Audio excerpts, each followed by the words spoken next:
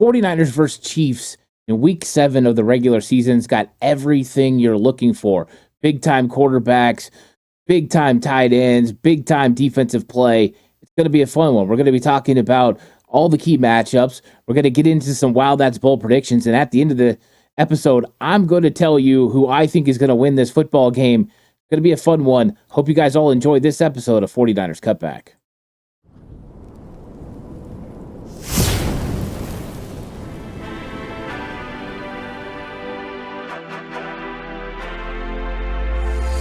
From the alley-oops at Keysar to the glory days at the stick. From who's got it better than us to brick by brick.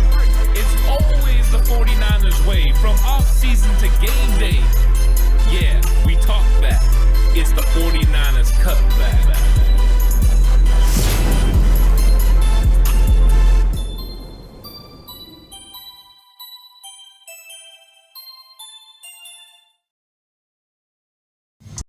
It's 49ers Cutback podcast time. Welcome to the show, everyone. San Francisco 49ers versus the Kansas City Chiefs is everything that you could possibly want for a regular season matchup. You have the postseason matchups that have went definitely not in the favor of the 49ers, but also the fact that the 49ers just haven't been able to beat the Chiefs. 2018, under Kyle Shanahan, couldn't beat the Chiefs. 2019, the Super Bowl, couldn't beat the Chiefs. 2022, Christian McCaffrey's first game, of course, he only been there for a couple days, but couldn't beat the Chiefs. Super Bowl last year, you couldn't beat the Chiefs. So the 49ers know they got to get over the hump. And this is very reminiscent of the 1990 49ers and Dallas Cowboys. 49ers were just not able to get over the hump of defeating the Cowboys. The Cowboys were knocking them out of the playoffs every single season. And of course, whoever won that game was going to win the Super Bowl. So now you've got a situation where the Chiefs have beaten you, and you need to prove that you can beat the Chiefs. And this is going to be a tough game. The 49ers are not going to have an easy road to potentially beating the Kansas City Chiefs. But it doesn't mean it can't be done. The 49ers are not in a situation to where they're just not capable of matching up and beating the Chiefs. That's not the case. Of course, we're going to go through all that in this episode, but the 49ers need to get a big win, and it's very important for their psyche. Now, I like to make parallels sometimes, and of course the 94 49ers were able to knock off the Cowboys, and then eventually in the NFC Championship knock them off on their way to a Super Bowl victory over the Chargers. Could the 49ers use this Week 7 matchup to catapult them to where they want to be? It doesn't get revenge for the Super Bowl loss. Nothing can change that. You lost it. But what it can do is get your mindset to where you need it to be positive. That way you can win the rest of the season, and maybe now there's no longer a mental block that you can't beat this football team. That's what the 49ers have to do in this matchup. But there's going to be keys to how they get that done. They're going to have to make sure they handle business against the Kansas City Chiefs. Please like and subscribe to the channel if you haven't already. I really appreciate it. If you're listening to audio platform, 49ers Cutback on Believe Network, please give it a 5-star rating and give it a review. It goes a long way to help me. I really appreciate it. If you're going to bet with Bet Online. Bet Online is the world's most trusted betting platform and your number one source for everything sports betting. Every stat, matchup, breakdown, and even live odds and spreads to bet on during games. The largest catalog of odds on everything from football to Major League Baseball playoffs, NHL, NBA to political props. When the game's over, head on over to our online casino and get in on a game of blackjack or poker or unwind with one of our over 150 slot games. Head to the website today to get in on the action with America's most trusted site for online wagering. Bet Online, the game starts here. So this is going to be an absolutely wonderful matchup between the 49ers and Kansas City Chiefs, and I always get hyped for it. But you've got a huge mission for the 49ers being able to handle Patrick Mahomes in that offense. But you've also got a huge undertaking in being able to score consistently against a Chiefs defense that just doesn't give up points. The Kansas City Chiefs defense comes into this game giving up just 17 points per game. That's not very good if you're an offense. That is stuffing offenses from being able to get in the end zone. And they've been doing it by winning on third down. They only allow you a 35% conversion rate on third down. It's very good. So the Chiefs defense has been on point. They tackle well. They're very physical. They stop the run.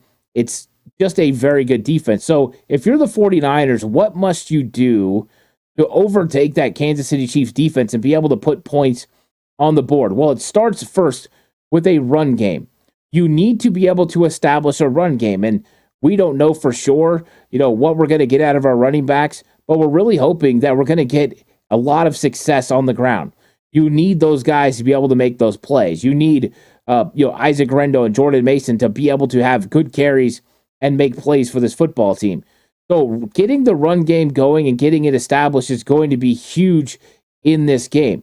Chiefs only give up 85 yards on the ground, but the 49ers rush for 158 yards per game on the ground. So this is strength on strength. Good rushing attack against good rush defense. 49ers, though, have to stick with it because the Chiefs, they hold running backs to 3.1 yards per carry. That is phenomenal. But 3.1 yards per carry is enough. You need to make sure you're staying with it. If you run on first down and run on second down and you're at 3rd and 4, you got to feel like you have a good shot to convert on 3rd down. So sticking with the run game, even when it doesn't look good, is what Kyle Shanahan needs to do in this game. It's twofold. Number one, it keeps those linebackers for the Kansas City Chiefs engaged in trying to stop the run and opens up some avenues behind them when it comes to the passing game. But also, it keeps number 15, Patrick Mahomes, sitting on the sideline. That is the best defense against Patrick Mahomes, is not allowing him to actually get on the field. Now, of course, you have to capitalize. You have to run the ball consistently, and you have to score points. You can't play a field goal battle with the Chiefs. The 49ers know this. You kick field goals, they're going to eventually catch up. You have to make sure you capitalize and get into the end zone. And we'll be talking about red zone offense in this matchup as well. So 49ers running the ball in this game is going to be huge for them, and they're going to have to make sure they execute at a really high level in this football game. And we know that the Chiefs are going to be doing a very good job. They got very good coordinators, Andy Reid, Steve Spagnuolo. They are fantastic. So let's get the run game going consistently, and that will keep the defense honest, and then you'll be able to hit them with the play-action game. And getting the play-action game is important because those linebackers, though good at stopping the run, they are not as good when it comes to how they play against the pass. It's just not something they do really well. And so Bolton and Tranquil, those are guys you can take advantage of in the passing game and get George Kittle some good matchups that you really want to get him in. So the 49ers are definitely looking for that. And it's got to continue what they did against Seattle, getting back to their roots, playing bully ball, running the ball physically, being able to get that run game going so they can build that passing game off of it and tie that offense together. Now, I expect the Chiefs and Steve Spagnuolo to load up the box. I think that they're going to load up. They're going to come after Brock Purdy, but they're also going to muddy up the middle of the field. They're going to put the onus on Brock Purdy to win outside the numbers. They feel like that is probably going to be the toughest battle. They can play sticky coverage on the outside to the 49ers wide receivers. So this is where Brock Purdy has got to make sure he gets the 49ers in the right play. They've got to make sure they're running against the right looks, running against the right sets, and taking what the defense gives them, which could mean at times that you see 3 or 4 passes in a row. And that's probably going to frustrate a lot of people. But the truth is, sometimes you have to do that to get them to adjust. And you have to make sure you execute, though. So that means you're going to have some of your playmakers that are going to have to make plays for you. But I think that they're going to muddy that up, and they're going to make it difficult. Brock's going to have to win outside the numbers. He's going to have to make long throws to his wide receivers. They're going to have to get open. And then when there's shots, and there will be shots, all you have to do is watch any Kansas City Chiefs defensive game this year, and you find opportunities for deep vertical routes for explosives. You have the opportunity to hit, you got to hit on those. And hopefully Brock Purdy and this 49ers passing attack can do just that. Now, when it comes to the offensive line, rule number 1, where is 95? Find Chris Jones. Chris Jones is the most impactful defensive player that the Kansas City Chiefs have. And the problem with the way that they use him is they don't keep him in one spot. He moves. So he might line up over rookie Dominic Pooney sometimes, and get your popcorn ready. We're all ready for that matchup to see how Dominic Pooney handles Chris Jones even though I expect to not usually be a one-on-one situation. That's not advantageous for any offensive lineman on the 49ers besides probably Trent Williams. But you've got to make sure you locate 95. And then because they move him all over the place, he'll line up over each tackle, he'll line up over the center, he'll line up over each guard. You've got to make sure then that you adjust your blocking to where he's going to be. And so 49ers are going to show a lot of times that they're going two guys at least against Chris Jones. He's going to get the Aaron Donald treatment in this football game. They're going to try to make sure they take him out and make sure everyone else has to beat him. And that's going to be one of the keys in this game, is seeing if they can go ahead and do that, if they can beat him, because that's going to be a tough one. Now, they got some guys on the edge that are still pretty good and that they can use. A guy like George Karlaftis bringing pressure off the outside. Mike Dana, he's been dealing with an injury. We'll see how things go with that, but they still got guys like Deshaun Wharton, that can bring pressure as well. So they are a talented football team, and they're going to try to figure this thing out. And I think the 49ers know that, hey, we just got to make everyone else beat us. We can't let Chris Jones beat us, and that's going to be what they do. Find him on every play, send two guys to him, and just make sure that he doesn't have a lot of success. So that's what they're going to do. But now Kyle Shanahan, off of that, he has to find creative ways to get his wide receivers open. They need to find opportunities to get Deebo Samuel the ball with screens. They need to find matchups where they can get Brandon Ayuk in some rub routes if you're going to have man coverage and get him some open looks.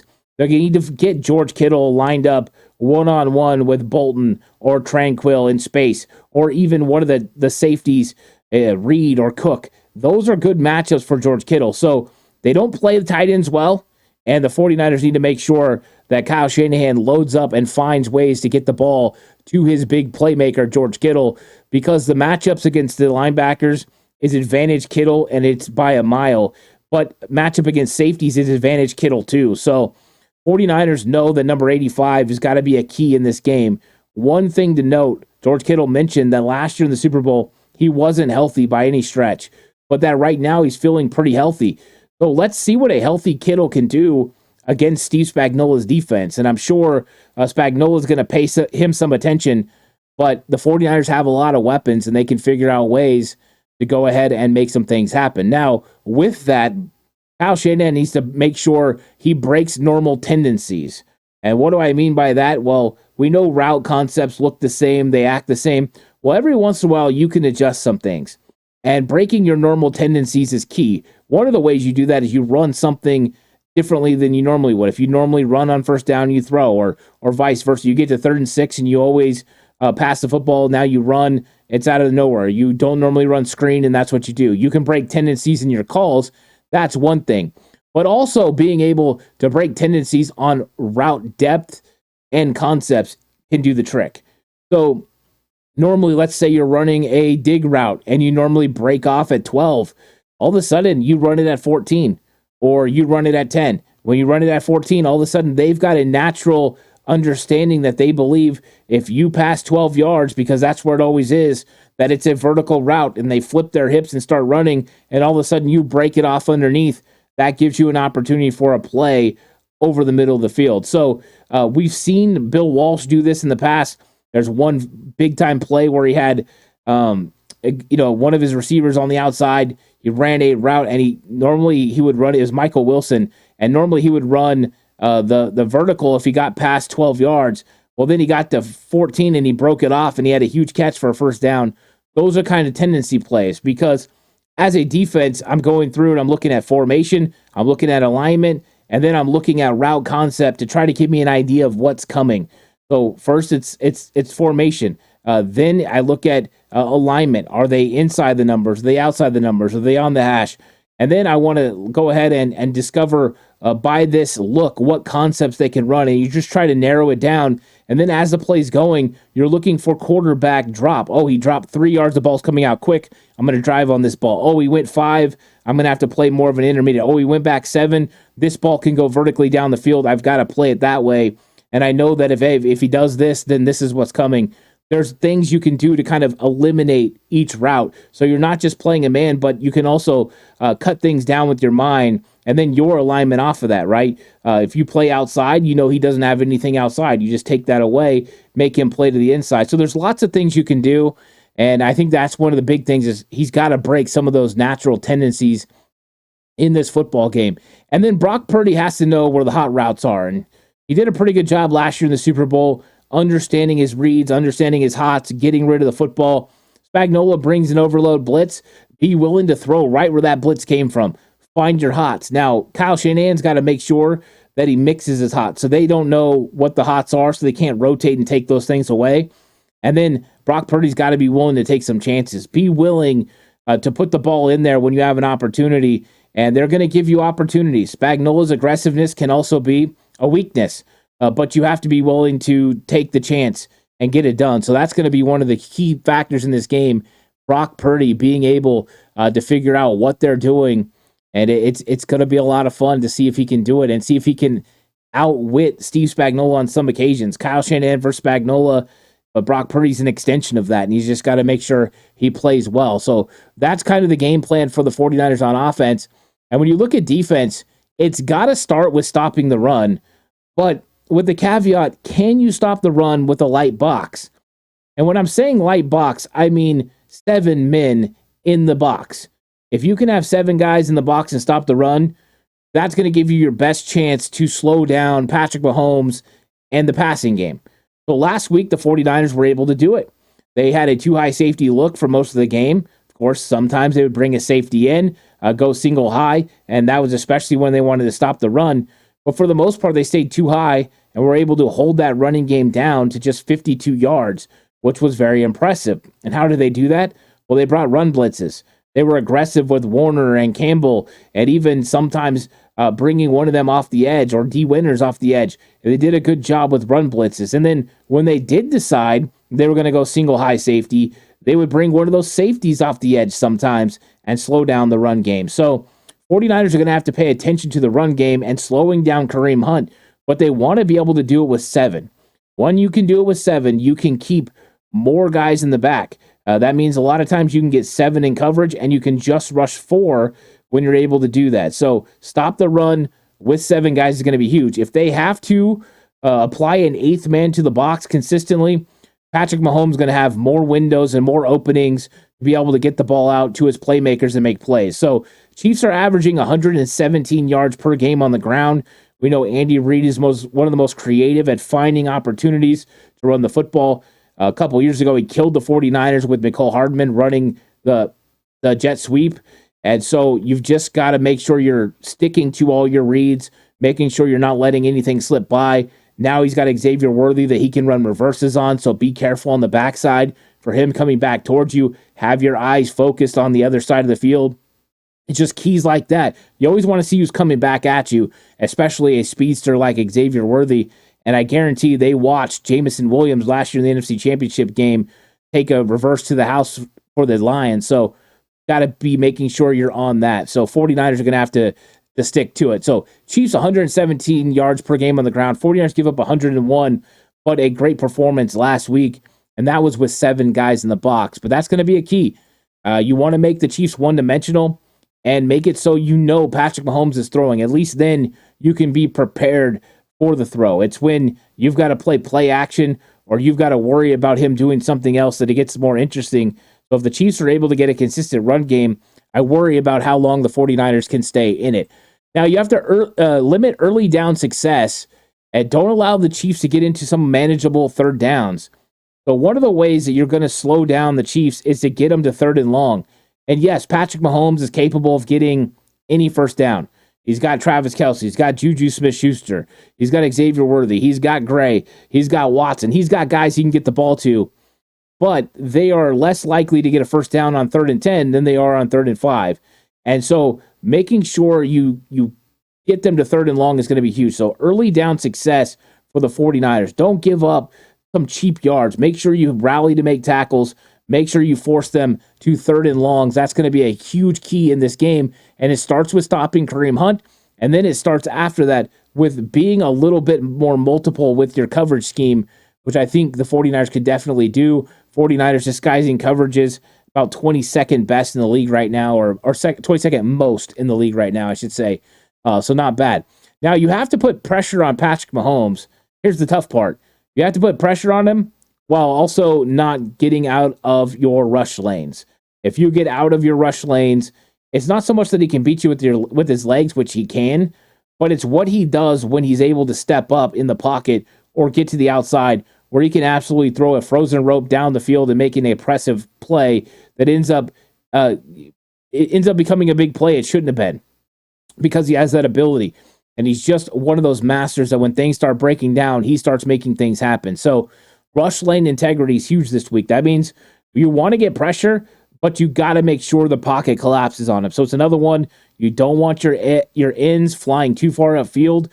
You need them to take more of a very consistent pass rush, and then you need that interior defensive line to get a push. Jordan Elliott being back with Malik Collins, that's your best chance to get a push there. 49ers need to make sure they do that rush lane integrity really huge. And it's very important for the 49ers defensive ends to win against the offensive tackles of the Chiefs. 58th and 59th best in the league when it comes to offensive tackles and pass blocking. This is a must-win matchup. Wanya Morris should not be able to stop Leonard Floyd or Nick Bosa. Jawan Taylor should have to hold Nick Bosa every single play. They need to make sure they win this matchup, and they win big time. Those guys are weak points for this Kansas City Chiefs football team and this offense. And if you can make them pay by beating those offensive tackles and getting Patrick Mahomes to the ground, you can change this football game. So Bosa and Floyd need to earn their money in this one and put pressure on Patrick Mahomes. And Malik Collins and Jordan Elliott, Kevin Givens, and Kalia Davis need to make sure they move this pocket. And that's not going to be easy. Kansas City Chiefs have a good offensive line anchored by Creed Humphrey, a very solid center. So that's going to be one of the keys. Can you take advantage of those offensive tackles? I think they can. But the 49ers also have to worry about, Travis Kelce. And how do you cover a guy that on a whim can just decide to run a different route? He can run 6 or 7 different routes every single time just on how he feels or what he sees. And him and Patrick Mahomes have a chemistry to make it work. Improvisation is what they do. So what do you do to slow him up? Well, I think one thing you could do is make sure when he's lined up anywhere near the end of the line of scrimmage, check him. Get a linebacker to redirect him. Get a defensive end to redirect him and make him get off his spot. Kind of mess up that timing a little bit. Then after that, just make sure you stick to him. You need to put 2 linebackers on him. You need to bracket coverage him, put a cornerback on him. I have no problem with that. And if the 49ers feel that you could declare him as a wide receiver, and you look at certain tight end sets with him and Gray, you don't say, that's not 2 tight end set. That's actually 11 personnel. I think that's the best way to go. And then cover him with one of your corners, especially like an Isaac Yedem or a De'Amara Lenore. I know he's got size on Lenore, but Lenore's going to be able to stick with him and keep him in space. You just got to be able to stop the run. So that's going to be a huge part of this game. How do you designate Travis Kelce? If you put him as a receiver, which I believe the 49ers should, you're going to get an extra skilled defender out there. So we'll see. Will that make you susceptible to the run? Maybe. Lenore's been pretty good. The safeties have been pretty good helping in run. So that's going to be huge. But you don't have Dre Greenlaw. You don't have Deshaun Gibson. It's going to have to be a multitude of factors. And I think one of them could be just put a corner on him, especially when he's not on the line of scrimmage. When he's out wide a little bit, go ahead and cover him with a De'Amara Lenore. Then handling Xavier Worthy's speed. And especially because of the fact that George Odom's been getting beat deep. And I'm hoping that Malik Mustafa is going to be the guy that gets it done. Of course, when you have an injury like that, you're always worried about it reoccurring. But Malik Mustafa, George Odom, they've got to stay over the top on Xavier Worthy. And the cornerbacks especially, this is not one of those weeks that you want to give up. You want to give up your cushion. Keep your cushion as long as you can. Make Xavier Worthy beat you underneath with catches, rally and make tackles, and hit him hard. But do not allow him to go vertical over the top on you. That's the game-changing speed that he has. And no matter how fast you are, you don't have the speed to be able to stick with him one-on-one. So give that cushion, give that space, and make him break that cushion as you go vertically down the field. That's the most important thing. So stay over the top of Xavier Worthy this year or this week. You can't afford to allow big time touchdowns in this football game. Now let's talk about third down. 49ers convert at 45.7% on third down, which is really good. They're going to have to be good in this game. You're going to have to get key third down conversions against the Chiefs, and their defense is tough to do that against. They only give up first downs at 35.6%. It's pretty darn good. Last week, the Seahawks were at 32%, so 49ers were able to get some things done against them. Not their best performance, but still able to get some things done. Chiefs are coming with that same energy. They are really good on third down. So third and manageable is a key for the 49ers. 3rd and 4 and less, that's your best chance. So 49ers are going to have to get key third downs against a very good Chiefs defense. Now, the Chiefs offense, they convert at 42.6%. So not the greatest number. 49ers are better than they are. Normally, the Chiefs, you'd like to see their number, 46, 47% amongst the best in the league, but they've struggled a little bit on third downs this season. And the 49ers defense has struggled mightily on third down at 43.4%, even though it's gotten drastically better over the last few weeks. Got to give them props for their adjustments. So you see there that we're going to have an interesting battle on third down. Whoever wins the third down battle gets one of those checks. There's certain checks. You have to win on third down, win in the red zone, win the turnover battle. If you do those things and then you win time of possession, usually you're going to win the football game. So that's one of those checks you have to have. The other one, red zone offense. 49ers score touchdowns at 44% in the red zone. Not great. Last year they were 68%. They are not living up to expectation right now. But the Chiefs defense, they give up touchdowns at a 46%, which is not too bad. So 49ers need to score in the red zone pretty consistently, and it needs to be touchdowns, not field goals. Field goals leave Patrick Mahomes the opportunity to come back. Touchdowns have a better chance of putting him away. So that's going to be a key. Now, the red zone offense for the Chiefs is actually worse than the 49ers. 49ers, 44%, Chiefs, 38%. So there's no guarantee that Patrick Mahomes and that offense is going to score touchdowns when they get in the red zone. 49ers need to play good red zone defense, and this year they've struggled in the red zone. They've given up touchdowns at 55% of the time. Let's not make this a get-right game for the Chiefs in the red zone. 49ers need to be consistent and make sure they keep them out of the end zone. And I'm curious how Kyle Shanahan attacks it. I thought he did a pretty good job last week of coming up with some matchups that worked for George Kittle, finding some matchups that, they would have worked for Debo, but the defense played a certain way. Brock going through his reads. I thought they did a very good job in that game. I was very pumped about how they played it. Now let's talk turnovers, where the 49ers have an advantage. Now both teams have given the ball away 8 times. 6 of those are for Patrick Mahomes interceptions. Brock Purdy with 4 interceptions, but both teams turned the ball over 8 times. Opportunities for the opposing team to make some plays. As far as takeaways, 49ers have 11 takeaways this year. And so they are definitely a team that creates turnovers and create opportunities off those turnovers. They need to do that in this game. Now the Chiefs, their defense hasn't created a lot of turnovers. Only 4 this season. So I know they've only played 5 games, but that's under 1 turnover per game. Not exactly what you expect from one of the top defenses in the league. So this is advantage 49ers. But the team that takes care of the football the best is going to have the best chance to win. That's what George Kittle talked about on the Deebo Samuel podcast, is he straight up said, hey, look, when we turn the football over against them, that's what gave them the opportunity to win. And he's 100% correct.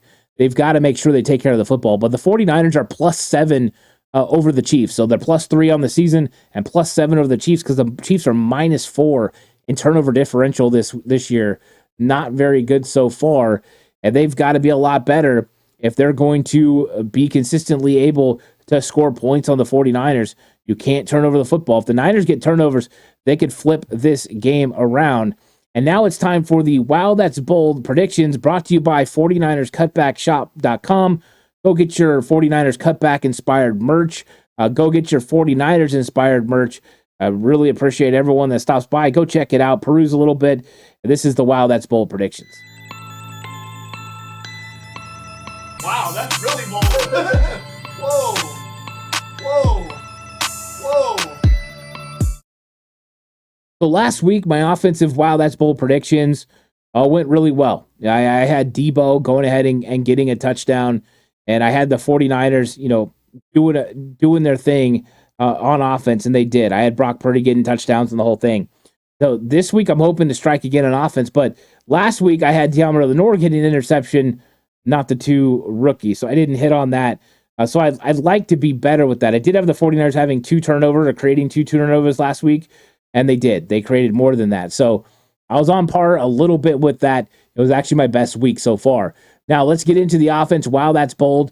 49ers this week, they're going over 50% in the red zone as far as touchdown percentage. I'm calling it. So last couple weeks they've been getting better and better, and I think this week they can continue the trend, and they're going to convert touchdowns instead of field goals this week, and it's going to be huge for the 49ers. So over 50% for the 49ers offense. 49ers are also going to rush for over 100 yards. And why is that bold?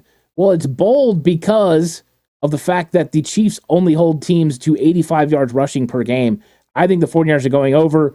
I think they're going to stick with it. I think you're going to get a heavy dose of not just 49ers running backs, but also Deebo Samuel involved in the run game as well. I think it's going to be a fun matchup for the 49ers.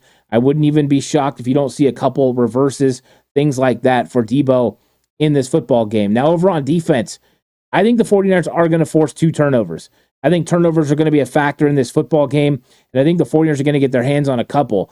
I'm looking for Mahomes to throw 1 interception, and I think that Fred Warner is going to knock a ball out. I think he's going to get to Kareem Hunt or Mecole Hardman or one of those guys and get the ball out, and the 49ers are going to be able to get a fumble recovery. So 2 turnovers for the 49ers defense. And then I think Nick Bosa is going to get to Patrick Mahomes twice. I think finally he's going to have a game where he breaks through and he's able to get to Mahomes, and I think this is the game. I think with the referee crew that's going to be in charge of this game, I think they're going to watch Jawan Taylor, and I think that Nick Bosa is going to get free sometimes. And I think what he does, he's going to be able to get to Patrick Mahomes and get some sacks, and that's going to be good to see because Bosa had 14 pressures last week, but didn't really get to turn in on some sacks. But this week, I think he's going to do it, and it's going to be a lot of fun. And now it's time for the game prediction. Who wins between the San Francisco 49ers and the Kansas City Chiefs? And I've went back and forth on this, and it wasn't easy. And it was really evaluating who I thought could score at certain times and who could make things happen. And I really feel like the Kansas City Chiefs are a good football team, but I think the 49ers want this more. I think the 49ers need this more, and I think they want to go out and prove it, and I don't think the Chiefs feel the exact same way. Now, I think the Chiefs are always very competitive. I don't think they've been as good on offense as they've been in the past. I think their defense is still really good, but I think the 49ers have an opportunity to score some points. I do think this is going to be a close game. I think this thing's coming down to the wire, but I think the San Francisco 49ers are going to win this game 24-20, and I think they're going to do just enough to beat the Kansas City Chiefs and get over the hump and now start looking towards other things that you're going to have to do. So it's going to be a big-time win for the 49ers. At least that's what I think. Let me know what you think in the comment section down below.